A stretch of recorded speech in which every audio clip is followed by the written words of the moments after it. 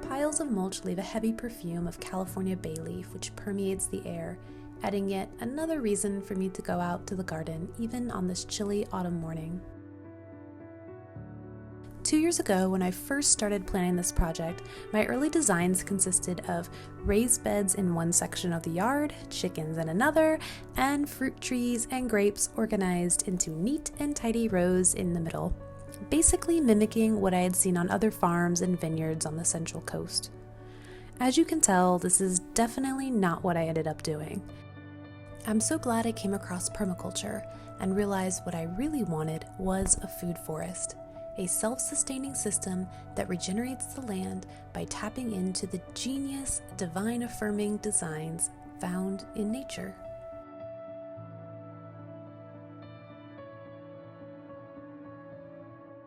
Instead of just planting rows of fruit trees and vegetables for myself, I now consider the whole system when I'm planting. I found the simplest way to do this was by planting guilds. Permaculture guilds are essentially a small community of plants that support one another, reducing their need for human intervention by providing ground cover, minerals, and fertilizer, and attracting beneficial insects. While it doesn't always look neat and tidy, the plants are much happier in community, not unlike us. Around my fruit trees are different plants that support each tree. Here I've planted yarrow and comfrey. Both of these plants have deep tap roots that go way down into the subsoil and pull up minerals. These cheerful orange and yellow flowers are calendula. They attract beneficial ladybugs and honeybees, and their sticky resin kind of works like flypaper and traps aphids. It grows all year, and so it acts like a living mulch, protecting the soil from getting baked by the sun.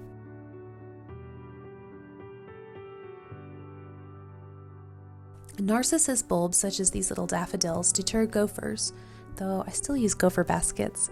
Regardless, they are also whimsical and smell heavenly. Planting flowers isn't just a delight for the senses. They also attract honeybees, which in turn increase crop yields tremendously. In order to avoid the need for buying fertilizer, I've also planted nitrogen-fixing plants, such as these fava beans, several varieties of acacias, and ceanothus, just to name a few.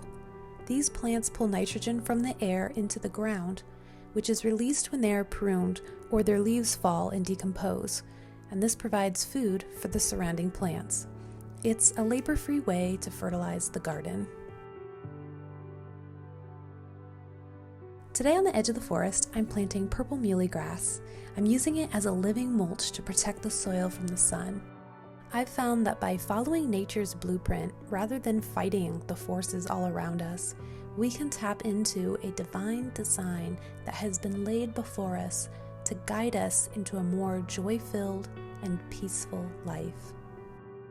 Rather than creating a fussy garden that looks neat and tidy but requires endless inputs like chemical fertilizers and pesticides, we can choose instead to mimic what we see in a forest and create a resilient system that will sustain itself even when we are gone.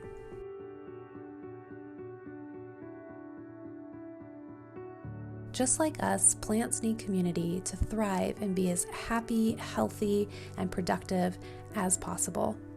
By choosing plants that fix nitrogen, attract pollinators, accumulate minerals, deter pests, and improve the soil, I've created a nature-inspired, closed-loop system that will one day provide for my needs abundantly. That way, I can spend less time working and more time relaxing in the garden and enjoying the many pleasures that life has in store for us if we simply slow down and accept them.